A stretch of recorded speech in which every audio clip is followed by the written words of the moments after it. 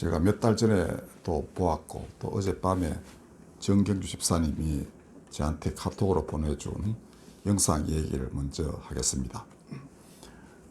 정원자는 이스라엘 정보부에서 일하고 있는 46세쯤 되는 팔레스타인 사람이고 그의 아버지는 지금 이스라엘을 침공해서 이스라엘 인질들을 수백 명 붙잡아간 하마스의 창설자 중 한 사람이라 합니다. 근데 그는 이스라엘 정보부에서 자발적으로 들어가서 일을 하면서 하마스는 반드시 없어져야 할 악이다라고 증언을 유엔에서 했습니다. 그는 어릴 때부터 아버지가 감옥에 있는 사이에 하마스 지도자로부터 장대에 매여가지고 채찍으로 맞았다고 합니다. 하나는 세뇌하는 방법, 그 길이었습니다. 즉 자폭 테러하는 그런 아이로 기르는 그런 방식이 그런 거였고, 그런 식으로 하마스는 팔레스타인 사람들을 무수하게 잡아서 고문하고 처형하고 그렇게 했다고 합니다. 그러니까 특히 팔레스타인, 그 중에서도 어린이들의 최대의 적은 이스라엘이 아니라 하마스라는 것입니다. 그리고 그는 그 짐승으로 취급을 했습니다. 그리고 인질이 이제 여자 걸 인질이 끌려갈 때 어디로 가는지 불문가지라는 겁니다. 그들의 그 엄청난 성욕 이런 것까지도 다 이제 했어요. 그 여자들은 그냥 전리품이지 사람이 아니라는 것입니다. 그래서 이거는 없어져야 할 악이다 이렇게 생각하고 이스라엘 정보부에서 일을 하면서 드디어 생생한 증언, 그러니까 그걸 가지고 유엔에 와서 증언을 했습니다. 그걸 살려두는 여러분들은 우리 아이들을 죽이는 것이다, 뭐 이런 취지입니다. 당신 아이들이 그러면 당신 가만히 있겠냐 이렇게까지 했습니다. 나중에 우리 카톡방에 올려드릴 테니까 찾아보시고 한번 자세히 보시기를 바랍니다. 그래서 오늘 설교는 선과 악의 문제를 어떻게 다룰 것이냐, 참 어려운 문제죠. 저도 선악의 문제를 가지고 법철학을 전공하면서 그게 늘 평생의 주제였습니다. 그리고 기독교인은 피할 수 없는 주제가 바로 선과 악입니다. 로마서에 보면 바울이 어떻게 가르쳤느냐 하면은 악에게 지지 말고 선으로 악을 이기라 이렇게 결론을 내립니다. 로마서 12장 21절입니다. 근데 그 앞에 보면은 원수 갚는 것이 하나님께 있으니 원수 갚는 것은 하나님께 맡겨라. 하나님의 진노하심에 맡기라 이렇게 되어 있습니다. 근데 이게 참 어렵습니다. 나는 가만히 있는데 어떻게 선으로 악을 이기려는가? 심판은 하나님께 맡기면 하늘만 바라보고 있으란 말인가? 참 어려운 그런 숙제를 내준 게 바로 로마서 12장인데 한번 밝혀보겠습니다. 첫 번째로 일단 인간이 성경에 따라서 선과 악을 구분하는 것은 그리 어렵지는 않을 것입니다. 중요한 10계명이 있죠. 그죠? 그 외에 뭐 다른 많은 계명들을 이스라엘은 613개로 나누었지만은 그 10계명 안에 거의 다 들어가 있다고 보면 되고, 그다음에 예수님은 하나님을 사랑하고 이웃을 사랑하라는 두 개의 그 사랑의 이중 계명으로 모든 것을 요약을 했습니다. 그게 어그러지는 것은 다 선이 아니라고 보면 되겠죠. 문제는 선으로 악을 이기는 구체적인 방도를 알 수 없다는 것이고, 또 방도를 알더라도 이를 실행할 힘이 없는 경우가 많다는 것입니다. 골리앗과 맞닥뜨린 이스라엘의 사울 왕이 그런 처지에 있었습니다. 근데 사울 왕의 처지뿐 아니라 이스라엘 전체가 이제 블레셋 사람들의 지배를 받을 그런 상황에 처해 버렸어요. 도저히 감당이 안 되는 장소가 나타난 것입니다. 그런데 뜻밖에도 소년 다윗이 돌팔매로 그를 쓰러뜨렸습니다. 그는 골리앗을 두고 에게 말하기를 너는 칼과 창과 단창으로 내게 나아오거니와 나는 만군의 여호와의 이름 곧 내가 모욕하는 이스라엘 군대의 하나님의 이름으로 내게 나아가노라 이렇게 했습니다. 그러니까 당시 고대의 전쟁은 신들의 전쟁이었습니다. 그러니까 다 각각 자기들의 배후에 신이 있다고 믿고 그 신전도 세우고 하여튼 온갖 보화를 가지고 그한테 빌고 그다음에 이제 또 전쟁에서 이기면 뺏어와가지고 그걸 갖다 바치고, 그 다음에 제일 첫 번째 전쟁에서 이겼을 때 하는 일이 신전을 파괴하는 것이었습니다. 그리고 이제 거기 있는 신상을 가져와가지고 똘마니로 만들거나 아예 없애버리거나 하는데, 대체로 이제 자기들 신 밑에 있는 부하 이제 신중으로 이렇게 만들어놔요. 그래서 로마의 만신전이 있는 게 뭐 그런 이유라고 알려져 있습니다. 이 고대 그 근동의 종교 연구하는 사람들이 견해는 다 그래요. 그러니까 신들의 전쟁이다. 그래서 브레스 사람들이 나중에 여호와의 법궤를 가지고 다곤 신전 안에 놓고 그렇게 바로 그걸 행해요. 근데 거꾸로 다곤이 이제 넘어져가지고 이게 부러지고 한 걸 보고 두려워가지고 이제 결국은 돌려주게 되는데요. 자, 항상 이 블레셋 골리앗은 이제 자기 신의 그 가호를 입고 이제 내어왔는데, 너 하나님 별거 아니잖아 뭐 이러고 이제 계속 하나님 모욕을 했습니다. 그때 다윗은 아버지 심부름으로 군대에 이제 그 종군하고 있는 형들 3명에게 뭐 밥 갖다 주고 이렇게 하려고 갔다가, 저놈이 뭐냐 자꾸 물으니까 형들이 니 그러다가 큰일 난다 그러니까 헛소리 하지 말고 집에나 가라 이러지만은 다윗은 아니다 이렇게 하고서는 이제 그러니까 계속 이제 무슨 주장을 하니까, 이제 전쟁에 도저히 이길 가능성이 없는 이스라엘 내부에서 다윗이 하는 행동 거지를 보니까 용모도 준수하고 이제 그럴듯하게 보이니까 왕에게 소개했습니다. 이 왕은 하겠나 이러면서도 자기 갑옷하고 칼을 주지만 안 맞아가지고 이제 자기 원래 하던 돌팔매 그 물맷돌이라는 게, 요새도 그걸 쓴다고 그래요. 그걸 들고 나와서 결국은 이기게 됩니다. 자, 그런데 다윗이 그 전에 어떤 일이 있었냐 하면은, 사울 왕이 원래 기름 부음을 받고 성령의 감동으로 많은 일들을 해요. 그런데 어느 날 이제 좀 딴 길로 가게 됩니다. 그때 사무엘이 실망을 하고 이제 돌아가는데, 하나님이 그 이새의 집안에 한 놈이 있으니까 그 놈을 세워가지고 이제 다시 왕으로 만들어라 합니다. 결국 다윗은 그 사무엘의 눈에 이제 확실한 이제 이게 박혔어요. 그러니까 이새의 집에 와서 아들들 다 부르는데, 아니 하나님이 약속하신 애가 없단 말이에요. 그 아버지는 이제 다윗의 저걸 낳으니까 제껴놓고 그 후에 형들 가운데 있을 것으로 생각하는데, 아무리 봐도 사무엘을 보기에는 이 안에는 없단 말이에요. 그래서 아들 더 없냐 했더니 저 양치기 하는 한 놈 있습니다. 했더니 불러와라. 보니까 이제 하나님이 이 사람이다, 이 아이다 해서 기름을 부어줘요. 그 뒤에 나오는 얘기는 그 사울이 자꾸 머리가 헷갈려 가지고 이제 수금을 타는 사람 구했는데, 누가 이제 다윗이 그런 줄 알고 데려와서 수금을 타고 수종을 들도록 이렇게 돼 있는데, 또 이 골리앗하고 싸울 때에는 처음 만난 것처럼 이래 돼 있어서 성경이 조금 혼란스럽긴 해요. 그러나 제가 보기에는 나중에 수금을 타면서 이 사울을 계속 위로해 준 선우가 좀 뒤바뀐 기술이 아닌가 이렇게 생각이 됩니다. 자, 어쨌든 여기서 이제 다윗은 자기가 그렇게 할 수 있는 이유에 대해서 왕에게 설명을 합니다. 왕이 니가 놈이 뭐 어떻게 하겠냐 그랬더니, 다윗이 말하기를, 제가 양치기 할 때 아버지가 그때 그 기름 부어 받아도 양치기 했습니다. 그러니까 양치기가 사실 위험한 직업이라고 합니다. 막대기 2개를 들고 갈고리 달린 거는 이제 왕이 양여도 떨어지면 목 해가지고 끌고 오기도 하고, 막대기로는 이제 다른 사자나 이런 이리 같은 거 이런 거 격퇴하는 그런 거라고 해요. 그리고 그거 들고 이제 앞뒤로 양을 몰기도 하고 인도하기도 하고 그렇게 하는데, 이 사무엘의 기록에 따르면 사자와 공과도 격투를 했다고 되어 있습니다. 그러니까 그것들이 이제 양을 물어가면 막대기 가서 때려가지고 이제 양을 뺏기도 하고, 그 다음에 계속 달려들면은 표현에 따르면 수염을 자꾸 쳐주겠다 이렇게 되어 있습니다. 아마 모르겠어요. 그 정도까지 소년이 과연 할 수 있는지 모르겠는데, 여하튼 다윗은 그렇게 표현합니다.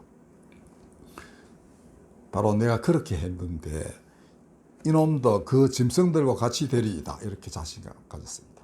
그러니까 하나님이 이미 예비를 하신 거예요. 그리고 아마 물맷돌 이거 돌리면은 사자나 곰도 그냥 꼼짝없이 그냥 여기 맞으면 도망치거나 그 자리에서 기절하거나 아마 그래 된 것 같아요. 그러길래 이거를 들고 나간 거겠습니까? 이게 끈 달아가지고 주머니에 이렇게 넣어서 빙 돌려가지고 던지면은 그 고대의 무기 중에 하나였고 널리 쓰여졌다고 합니다. 유물도 지금 남아 있습니다. 그래서 그 사진 보면 나와 있기도 하고요. 그러니까 백발백중의 그 이제 사수가 되면은 그냥 맞박에 맞고 바로 이제 그냥 골로 가는 거예요. 그러니까 다윗은 사실은 하나님이 자기를 이렇게 기르셔서 기름도 부으시고 예비된 게 있기에 이렇게 나서는 겁니다. 그러니까 준비 없이 나서지는 않습니다. 자, 이 사실을 가지고 이제 한번 바울의 그 로마서를 한번 보겠습니다. 바울은 원수 갚는 것은 하나님이 있다 했습니다. 그런데 다윗의 사례를 보면은 심판은 다윗과 같은 믿음의 사람들이 대응을 하는 것입니다. 이스라엘이 가나안에 들어갈 때에도 전쟁은 여호수아가 했습니다. 그리고 나팔 분 것도 여호수아의 군대고요. 그러니까 사람이 그것을 대행하는 거고 하나님이 그에게 이러저러 해라라고 지시를 하십니다. 그 당시에 이 하나님은 악을 모조리 박멸을 하는데 사람까지 다 죽여라라고 명하십니다. 그래서 지금도 사람들이 하나님 그렇게까지 무자비 애들까지 다 죽이라고 하셨겠냐라고 하는데 당시로서는 하나님의 뜻을 거기에 심기 위해서는 그럴 수밖에 없었다고 생각이 됩니다. 어쨌든 되게 어려운 문제이긴 해요. 구약 성서 신학자들이 제일 해석하기 어려워하는 부분이 바로 그 전쟁입니다. 예수님하고 너무 다르기 때문에. 그러나 시대적 상황은 그렇게 하지 아니하면은 다 희석된 다른 종교와 결합 때문에 그냥 여호와 신앙이 도대체 자리를 잡을 수 없는 그런 상황이어서 우리가 감안을 해야 됩니다. 자, 그러므로 일단 심판은 하나님께 맡기라는 로마서 12장 19절의 말씀의 의미는 가만히 하늘만 바라보고 하나님이 막 불을 내려가지고 심판하고 전염병 내려가지고 다 죽이고 이렇게 되기를 기다리지 말고 믿음으로 하나님의 뜻이 무엇인지, 즉 선과 악이 무엇이며 하나님이 보시기에 이 악은 도저히 내가 묵고할 수 없다라고 한다면 그걸 깨닫고 그걸 악을 제어하는 그런 일을 땅에서 실현하라는 것입니다. 어찌 보면은 선으로서 악을 이기라라는 말은 선한 일을 함으로써 오히려 악을 극복하고 정복하고 굴복하게 만드는 일을 행하라 이것입니다. 그러니까 악을 제어하는 것도 중요하지만 악을 제어하기 위해서는 선을 행하는 것이 훨씬 더 중요할 수도 있습니다. 제가 최근에 하나 이제 남미 쪽 사례들 같은 거 쭉 누가 여행하면서 이제 비판적으로 이렇게 보는 그런 BBC 프로그램이 있는데요. 거기 보니까 마약이라든지 이런 것 굉장히 성행하는 쪽이 남미 아닙니까? 근데 또 한쪽에서 이들은 뭘 하냐 하면은 벤츠인가 어느 회사가 거의 큰 거 만들어요. 공장을. 그리고는 거기에서 이제 자동차도 생산하지만 모든 공정에 대한 교육을 그 지역 주민들, 청년들에게 해줘요. 그러면 야들은 대학도 갈 수 있는 돈도 없고 이런데 여기 입사를 해가지고 그 다음에 거기서 트레이닝을 받아가지고 이제 자동차 만드는 전문가가 돼요. 그러니까 고용 효과가 수십만 명에 달하는 것입니다. 그러니까 BBC는 딱 부러지게 뭐라고 하지 않지만은 그 나라에 좋은 지도자가 있어가지고 이런 이제 기업을 일으켜서 고용을 창출하게 되면은 돈 때문에 마약 팔고 이래서 불의의 돈을 얻으려 하고 이런 일이 없어질 것이다라고 은연중에 암시를 하고 있는 것입니다. 그래서 저는 새삼 박정희 대통령이 정말 길고 높은 해안을 가진 분이구나라고 하는 게 가난하면 범죄 많이 생깁니다. 조폭들 생겨나고요. 또 구멍가게에 가서 돈 뜯고 하는 동네 깡패들 청청시야로 있게 됩니다. 근데 잘 살게 되면 그런 일이 서서히 줄어들거든요. 우리나라 보십시오. 요새 조폭 별로 없죠. 그게 이제 노태우 대통령 시절에 조폭과의 전쟁 벌일 때 우리 동기들이 대략 일선에 검찰 부분 일선에 있었던 갔는데 가들이 지금도 자부심은 갖는 게 그때 우리가 왕창 조져가지고 요새 이렇다 이렇게 말합니다. 그거는 사람들 어차피 먹고 살게 됐을 때쯤에 가능한 거예요. 가능하게 되면 언제나 어디서든 마약 밀매 이런 거 하려고 하는 일이 생겨나는 겁니다. 매출 같은 이렇게 해가지고 인신매매하고 이런 거예요. 자, 그래서 어찌 보면은 좋은 일을 가지고 이거 악을 막는 게 최선이라는 겁니다. 악을 아무리 박멸하려 해봤자 잘 안 된다는 거죠. 아마 하마스도 저게 그런 측면이 좀 있다고 생각합니다. 팔레스타인 사람들에게 좀 더 많은 것들이 좀 주어지게 되면은 자동적으로 사라지게 되겠죠. 그러니까 그 비디오에서도 그래요. 이 불안을 계속 조성하면 사람들이 하마스를 기대게 된다는 겁니다. 계속 테러를 하면 사람들이 물러난다는 거죠. 물러나면 자기들은 더 좋아한다는 겁니다. 그래서 결과적으로는 이건 완전히 없어져야 될 존재다. 이렇게 보는 겁니다. 그러니까 그 방법이 이제 많은 것들을 오히려 길을 열어주고, 그러니까 좋은 쪽으로 많은 일을 하면 오히려 악이 점점 사그라드는 그런 결과를 초래한다. 저는 그렇게 믿습니다. 그게 이제 로마서에도 나옵니다. 원수가 줄이거나 목마르면 먹을 것과 마실 것을 주어라 라고 되어 있어요. 그러니까 이게 이제 완전한 항복을 받아낼 수 있는 길입니다. 로마서가 몇 개의 짧은 문장을 가지고 하나님 나라가 어떻게 이루어지는지를 아주 정확하게 저는 묘사하고 있다고 봅니다. 하나님의 뜻을 대행하는 믿음의 사람이 있어야 되고, 결코 악에게 물러서지 않고 선으로서 그 하나님에 대한 믿음에 기초한 선으로서 다윗처럼 악을 이기고, 그런 다음에는 그들을 껴안아서 전쟁이 지고 나면 형편없이 되는 거 아닙니까? 그러니까 그때는 인간다운 삶을 보장해주고, 그럼으로써 완전한 항복을 받아내라. 이것이 악에게 지지 말고 선으로 악을 이기라 하는 말씀의 요지입니다. 그러므로 여기서 가장 중요한 게 뭡니까? 믿음의 사람들이 있느냐 없느냐 하는 것 아닙니까? 그러니까 아까 정인인 하마스 지도자의 아들, 이런 사람들이 분명히 예비되어 있는 것입니다. 많은 팔레스타인 사람들이, 그러니까 외부에서 보는 것과 달리 반감을 가지고 이래서는 안 된다고 생각하는 사람이 굉장히 많을 거예요. 중국 내부에서도 예를 들어 봅시다. 과연 우리가 대만 침공 해야 되냐 이거죠. 대만 사람들 중에는 본토에 친척이 많아가지고 옛날부터 왕래 많이 했거든요. 근데 형제 자매들이 있는 곳에 들어가다니, 우크라이나도 그렇다는 거 아닙니까? 그러니까 서로 간에 이미 말도 같고 왔다 갔다 하며, 여기 출신이 거기 가서 뭐 하기도 하고 이렇게 돼 있는데, 이게 맞냐 하는 이런 사람들이 꽤나 많을 겁니다. 그럼 이들이 일어나서 합심하여 무언가를 새로 이루어내는 이거를 기도를 해야 된다는 겁니다. 그래서 우리가 우크라이나와 이스라엘, 대만, 우리 한국을 위해서 기도하는 것은 그 현장에서 그 일을 맡을 만한 사람들이 일어나가지고 선으로 악을 이기게 하는 그러한 밑거름이 되는 게 바로 우리가 바치는 기도입니다. 여러분들, 오늘날이 마지막 때라는 얘기 많이 합니다. 근데 마지막 때라는 의미를 사람들이 명확하게 인식하지 못하는 것 같아요. 전통적으로 종말론의 마지막 때는, 교회의 정통 교리는 악의 소멸입니다. 그러니까 뭐 세상이 없어지는 이거는 종말이 아닙니다. 악의 소멸이야말로 마지막 때의 가장 중요한 특징이고, 그것 때문에 예수님이 심판자로 오신다고 말하는 겁니다. 그 악의 소멸이 어마무지한 불의 지옥이 있어가지고 거기서 빠뜨리는 것일 수도 있고, 어쨌든 어떤 의미에서도 악은 더 이상 힘을 쓰지 못하는 그런 때, 그게 이제 불로 사른다는 그런 의미가 있겠죠.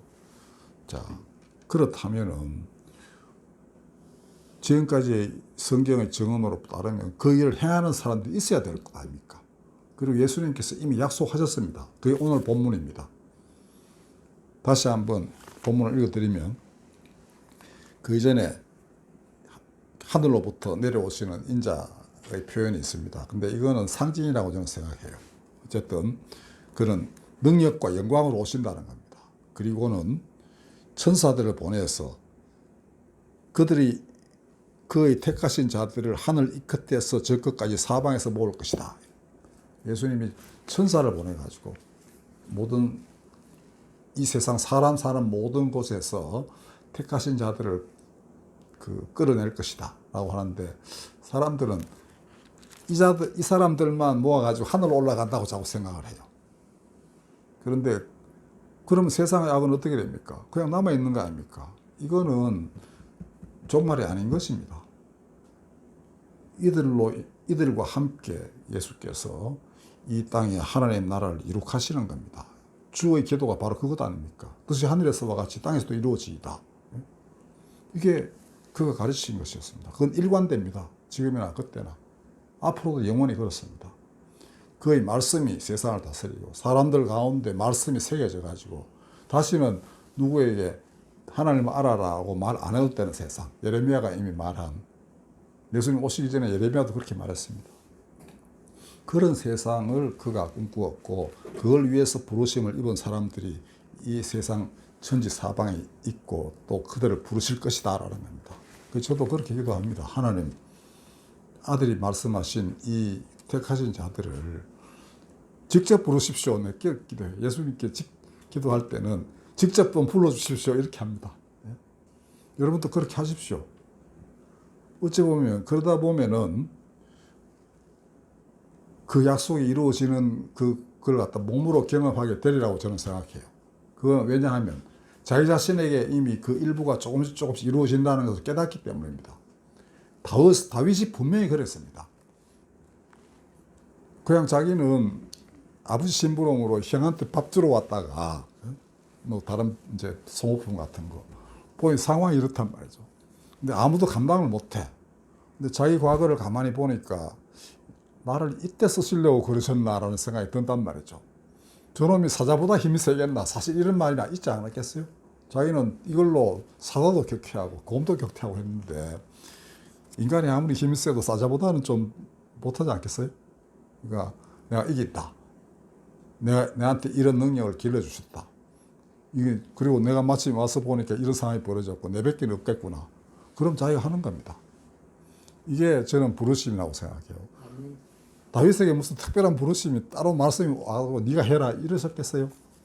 아닙니다. 그냥 다윗이 혼자서 생각하는 겁니다.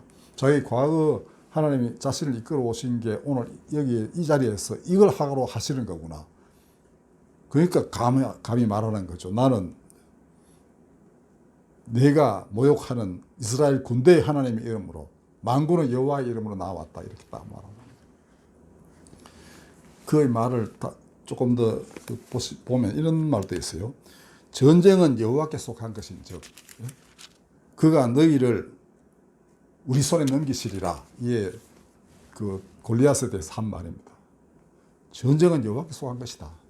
그 말이 뭡니까? 선한 자가 이긴다. 선하신 하나님이 악한 자를 멸하신다. 이 확실한 믿음으로 나오니까 그때부터 아마 골리앗은 정신이 좀 혼미해졌을 겁니다. 어지간한 전사라면 약간은 피하겠죠. 근데 이거 뭐 이제 이 말씀 하나에 다윗의 이 말에 약간 흔들리는 상황에서 그대로 맞고 이제 쓰러져 버린 것이라고 저는 생각합니다. 자, 그러므로 성경에 나오는 전례를 보시면 됩니다. 우리가 딴 거는 그렇게 환상이나 뭐 꿈 이런 거 많은 사람들이 얘기하지만 더 확실한 거는 성경에 나오는 여러 사례들 이것인데, 다윗을 보면 분명히 우리가 알 수 있습니다.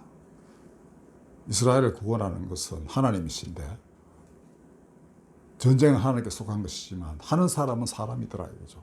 그 사람이 누구냐?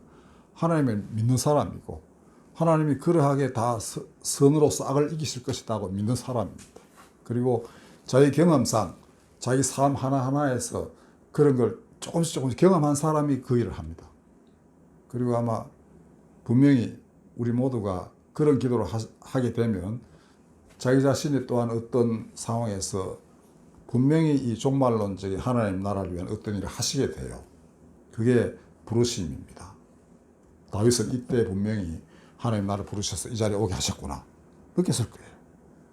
그것처럼 여러분들도 반드시 그렇게 되십니다. 스스로 능력 없다, 힘 없다, 내가 할 일이 뭐냐 하지 마십시오. 이 세상에는 큰 일도 해야 되는 사람이 있지만 작은 일 해야 되는 사람도 있습니다. 요새 김문수 그 노무부 장관의 그 청문회가 굉장히 저걸 하던데 그 부인은 전라도 사람이라고 그럽니다. 이건 대구 사람이고요. 근데 김문수 씨가 집에서 밥도 하고 빨래도 하고 설거지도 하고 다 하겠습니까? 아니죠. 그 다음에 고용부 장관이 일을 한다 합시다. 밑에 직원들 없으면 혼자 다 할 수 있어요? 혼자 모든 그 파업 현장에 다 다닐 수 있습니까? 아니죠. 뜻을 같이 하는 사람들이 있어야 되는 것입니다. 그래서 나라도 마찬가지 아니겠습니까? 어딘가 누군가가 그 선한 일을 위해서 예비되어 있고 하나님이 그렇게 하십니다. 자신이 만드신 세상 아닙니까? 이 세상이 악으로 인해서 완전히 오염되어 가지고 파멸이 이른다. 이게 하나님 용납하지 못하는 겁니다. 제가 책에도 썼어요. 사람이 하나님 계명 벗어나서 엉망진창으로 살면은 예수님이 오셔서 심판하지 않아도 그냥 자멸한다 얘기죠. 왜냐하면 존재의 법칙에 어그러지는 행동을 하니까 존재 자체가 소멸하게 돼요. 하나님은 이걸 거꾸로 돌리시려는 것입니다. 너희가 내 계명에 따라 살아라. 그게 새 계명 아닙니까? 너는 서로 사랑하라.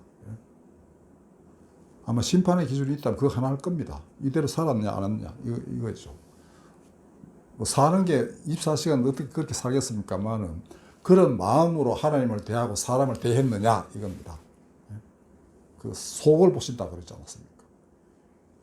그런 의미에서 지금 세상 돌아가는 걸 보면 기준이 분명하게 드러나죠. 푸틴저가 안 되는 겁니다. 근데 푸틴 찬양하는 우리나라 사람 꽤나 있는 것 같아요. 러시아 이기를 은근히 바라는 사람. 하마스나 이스라엘도 마찬가지입니다. 그 다음에 호시탐탐 대만 노리는 시진핑 이것도 그렇고요. 북한은 더 말할 것도 없습니다. 선과 악은 하나님의 뜻에 따라 비추어서 판단해야 됩니다.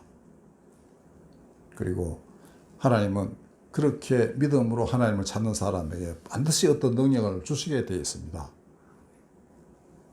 하나님의 사람 중에 무력하게 그냥 쓰러져 간 사람은 없습니다.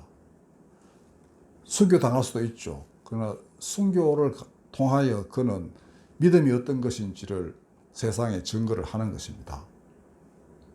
제가 옛날에 순교자 얘기 되게 많이 읽었습니다. 20대 때부터. 그리고 제 선생님으로부터 그런 기도하라고 명받은 게 20대였으니까 지금 50년 가까이 됩니다. 근데 그때 읽은 것 중에 하나가 그거였어요. 5명을 놓고 로마 시대 때인데 처형을 하는데 이제 참수를 합니다. 근데 이제 한 사람이 벌벌 떨면서 이제 저걸 해요. 이제 아이고, 네, 배교하겠다. 이제 이렇게 하는데, 근데 집행자가 그 순간에 환상을 봐요. 5명의 천사가 면류관을 가지고 쭉 내려오다가, 그 다음에 한 사람이 배교하니까 올라가 버리더라고요. 나머지는 내려오고. 그래서 이 사람이 칼을 놓고 내가 그리스도인이 되겠다. 이렇게 하고는 자기가 오히려 이제 처형받는 순교하는 이제 그리스도인이 되었다. 이런 얘기가 있다고 합니다. 저 옛날에 보고서 그러니까 그런 특별한 환상 같은 게 있을 수도 있는 겁니다. 그러니까 순식간에 믿음이 생겨나는 거죠. 그 순간에. 그리고 자기 평생 사람 목 치는데 이골이 난 사람이 이 과연 사람 사는 거냐 이런 생각 안 했겠어요. 아마 예수님 십자가 처형한 백부장도 그랬을 겁니다. 내 인생 이게 뭐야 이게. 내 속에는 분명히 다른 게 뭐가 있는데. 근데 그때 감년이 십자가를 지시는 예수님을 보고 이 사람 깨닫는 거죠. 그것처럼 그 로마 병사도 그렇게 됐습니다.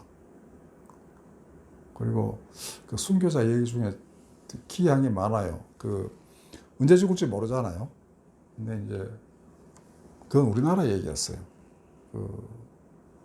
감옥에 같이 있는데 누가 보니까 어떤 한 사람에게 금으로 된 수백 개의 십자가가 쫙 몸에 붙더랍니다.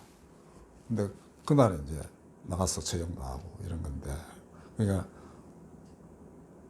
다 무의미하게 죽는가라는 의심을 할 때도 아니겠어요. 그죠? 우리가 도대체 뭐야, 아무 일도 안 일어나잖아. 이제 이렇게 생각할 수도 있는데, 그럴 때 하나님은 아주 특별한 그런 은혜를 주시나 봐요. 그러니까 이게 교회가 정말 선교사의 피를 먹고 살아났다는 터툴리안의 말이 맞는 겁니다. 그리고 그 가운데 하나님의 은혜가 있고 이런 거예요. 그래서 마지막 때에는 분명히 이런 역사들이 있습니다. 그리고 굳건히 말씀 위에 서서 선으로서 악을 이기려고 하면은 저는 반드시 그게 성취된다고 믿습니다. 제가 이미 옛날에 한 2년 전에 선포했어요. 푸틴 저거는 몰로고의 제사장이다. 자기 아이들까지 그 재단에 바치는 자 아니냐. 그리고 저런 자가 어떻게 땅을 차지하겠느냐. 땅은 온유한 자의 것이다. 예수님도 말씀하셨고 구약에 나오는 말씀입니다. 하나님의 형상을 갖춘 사람만이 땅을 차지한다. 이게 창세기 1장의 뜻이에요. 우리 모두 그런 믿음으로 9월달을 맞이하고 이 한 해의 마무리 남은 넉 달을 은혜 가운데 보내시길 바랍니다. 기도하겠습니다. 택하신 자들을 모으소서. 모으면 정말로 선으로 악을 이기는 놀라운 일들을 다 감당할 것입니다. 이 땅의 사람들이 혼미하지 않게 강자의 힘이 정의라는 그 고래로부터 내려오는 헛된 관념에 사로잡히지 않게 하여 주옵소서. 다윗같이 작은 아이가 골리앗 같은 거인을 쓰러뜨린 것이 하나님의 역사가 아닙니까? 그것은 오직 믿음이었습니다. 이 땅에 수많은 믿음의 사람들을 일으키셔서 당신의 나라를 굳건히 하시고 반석 위에 그 나라를 세우소서. 예수님의 이름으로 기도하였습니다. 아멘.